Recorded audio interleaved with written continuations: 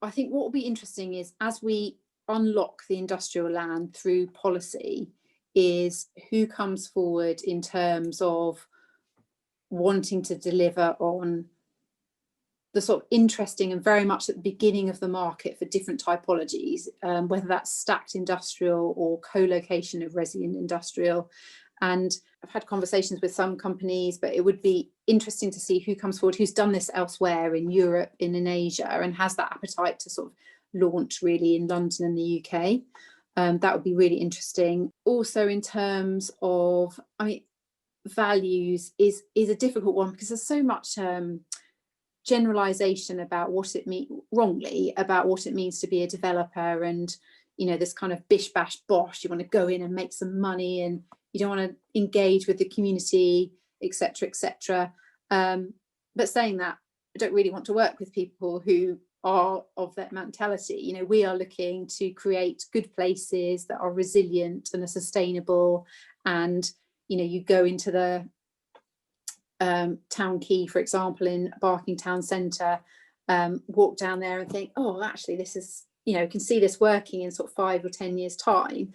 And I think that takes a slightly different type of developer from the stereotypical one, in that there has to be a recognition that development incorporates landscaping and public realm, and we want a sizable chunk of affordable housing, and all those kind of things that factor in. So that obviously all has a factor on the returns, although I would argue that in the long term the return is better, because you're creating a better place. But I guess it's that longer term aspiration than just a kind of bish bash bosh, we're going to go in there and optimize a site without looking at how it works beyond its boundaries as placemaking. Precedents of other developments are always helpful, but it also comes down to how a scheme is presented.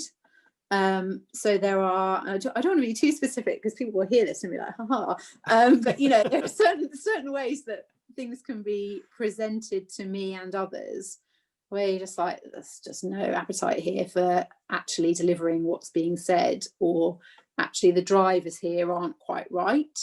And I will push back on that. I think one of my team's jobs is to show how actually what we're saying is deliverable, and I'll give you an example of that. So we've worked really well with Western Homes on Town Quay aspirations, and what happened there is, and I don't know if you've been down there, but at the moment it's a little bit, it's got a lot of potential, let's say that. That there's an unloved river, there's parking, it needs a bit of reorganisation, and I worked with Peter Bishop, who works at UCL and is an urban designer, and also Dewa Architects, and we sort of put together design principles effectively of how we would see that working, and then we worked in workshops with Western Homes and another developer as well, around the area, to say, look, you develop a scheme that hits this, then we can see that kind of working, and we can work with you in terms of land swaps and things like that. And the Western Homes have submitted their application on the basis of this work. So there's been very much a kind of, let's work together. Obviously they've got their drivers, we've got ours, we'll meet in the middle, and actually what should come out of that is something, touch words, that actually is transformative for that area. And again, that's got wider implications for the town centre.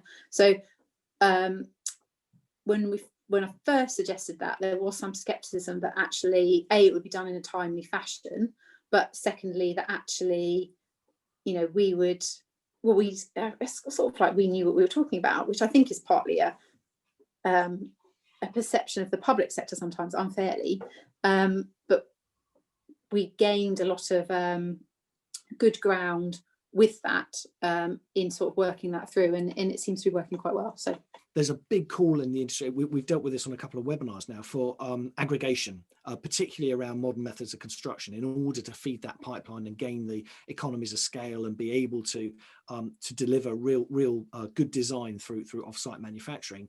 They need to build to be manufacturing on bigger scales. What ambitions does Be First have to be working with other local authorities and other local authority-owned development companies? In a planning context, so I have ambitions for planning consultancy to be picking up the work for other local authorities and their own urban regeneration vehicles, partly because we're doing it now, so we've got that experience, but also there is obviously a limited number of planners, and with that there's a limited number of good ones, practical ones, and all the rest of it. And I want to be picking up and working with those organisations who have these ambitions. It just, to me, it's a no-brainer. That's what we should be doing as part of our planning super service. In terms of other partnerships more widely than that, when you say that about MMC, I mean, I think that's absolutely right in terms of getting the scale that's needed, and so on and so forth.